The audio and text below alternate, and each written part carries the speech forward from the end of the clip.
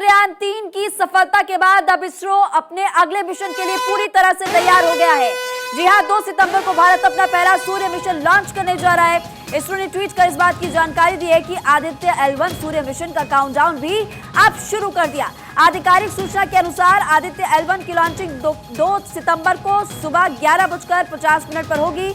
गुरुवार को इसरो ने इस मिशन का रिहर्सल भी सफलतापूर्वक कर लिया है। इस वक्त आपको इसरो का ट्वीट हम दिखा रहे हैं। अब इस मिशन की लॉन्चिंग रह गई है। इस मिशन के तहत इसरो सूर्य का अध्ययन करेगा और वहां से जुड़े रहस्यों को जानने की कोशिश भी करेगा। भारत ने इससे पहले कोई भी सूर्य मिशन नहीं किया, इसलिए कई मायनों में खास हो जाता है। एक तरफ जहां चंद्रयान-3 को लेकर सफलता भारत को हाथ लगी है, साउथ पोल में सॉफ्ट लैंडिंग हुई और उसके बाद अब इसरो अपने अगले मिशन के लिए पूरी तरह से है तैयार। ये ट्वीट आपकी टीवी स्क्रीन पर PSLV C57 Aditya L1 mission के बारे में देखिए। ट्वीट यहाँ पर इसरो की तरफ से किया गया और कुछ तस्वीरें आपको लगातार दिखा रही। जब चंद्रयान-3 की सफलता मिली, कैसे वैज्ञानिक खुश हुए थे और पूरे देश में खुशी की लहर थी। और इसके बाद अब 2 सितंबर को लॉन्च होगा आदित्य L1। 2 सितंबर को भारत अपना पहला सूर्य मिशन लॉन्च करने जा रहा है। इसरो ने ट्वीट जो किया है वो लगातार हम आपको दिखा भी रहे हैं।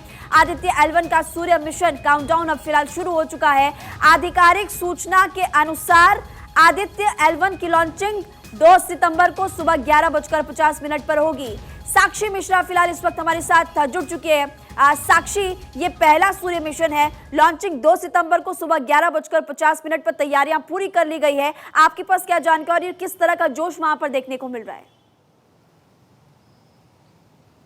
बिल्कुल महिमा, फिलहाल हम चेन्नई में इस वक्त मौजूद हैं और कल श्रीहरिकोटा में लॉन्चिंग होनी है। 11:50 पर वो वक्त बताया गया है जब लॉन्च होगा ये मिशन। और एक बार फिर से मैं आपको ये भी बता दूं कि जो तमाम जो साइंटिस्ट हैं वो इस वक्त प्रेयर करते हुए नजर आ रहे हैं, क्योंकि भारतीय संस्कृति के अनुसार हर बार ये रिचुअल है कि प्रेयर की जाती है। तो इसरो चीफ भी वेंकटेश्वर को यहाँ पर बहुत माना जाता है, तो वेंकटेश्वर की ब्लेसिंग्स लेने के लिए यहाँ पर प्रेयर की गई है, पूजा अर्चना की गई है, क्योंकि महज कुछ ही घंटों का समय बचा है। उल्टी गिनती एक तरीके से अब शुरू हो गई। 11:50 टाइम दिया गया है जब स्पेस सेंटर से इसको रिलीज किया जाएगा, श्रीहरिकोटा से मिशन को लॉन्च किया जाएगा। और बड़ी बात यह कि यह पहला इंडिया का स्पेस यहां पर सोलर मिशन होने जा रहा है, जो अपने आप में कई मायनों में खास हो जाता है। अब यहां पर इसको L1 पॉइंट पे प्लेस किया जाएगा। अगर टोटल टाइम पीरियड की बात करें, जिस तरीके से चंद्रयान को कुछ दिन लगे थे चांद की सतह पर लैंड करने में, वैसे ही इसको भी यहां पर सोलर मिशन को भी टाइम लगेगा सोलर इंफॉर्मेशन जो है वो हम तक पहुंचाने के लिए।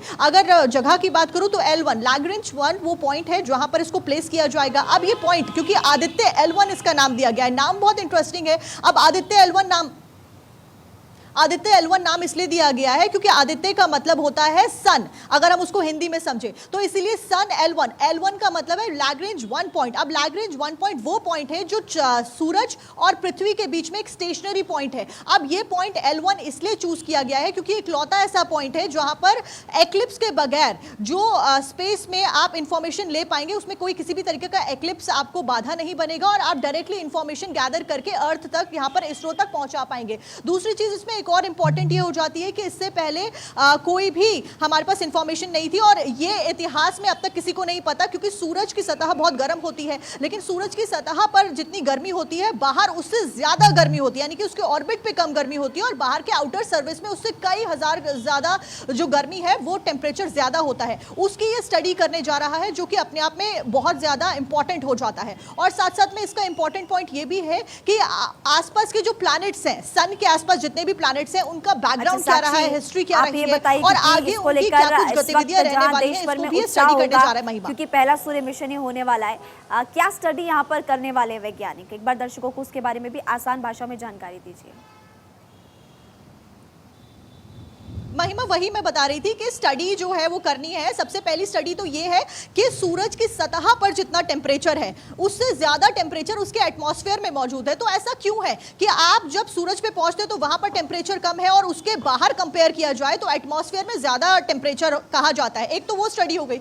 दूसरी इंपॉर्टेंट स्टडी ये है कि आसपास के जो प्लैनेट्स है सन के अराउंड हम लोग रिवॉल्व करते हैं, तो वो किस तरीके से आगे इवॉल्व करने वाले हैं, वो किस तरीके से आगे देने वाले हैं चीजें, तो उसके ऊपर भी यहाँ पर स्टडी की जाएगी, साथ साथ में पिक्चर्स वगैरह भी सबसे पहले मिशन देगा। अगर बात की जाए ये कब तक पहुंचेगा, तो इसको इसके लॉन्चिंग का जो टाइम है कल से जो शुरू होगा उसके 120 दिन बाद, यानी कि 4 महीने बाद ये उस L1 पॉइंट पे पहुंचेगा और तब जाकर ये इंफॉर्मेशन देना अर्थ तक, ठीक है, यानी कि स्टडी यहाँ पर होने वाली है और ऐसे में कई महीनों में खास हो जाता है मिशन। साक्षी, आपने बहुत ही विस्तार से जानकारी दी, बहुत बहुत शुक्रिया जानकारी देने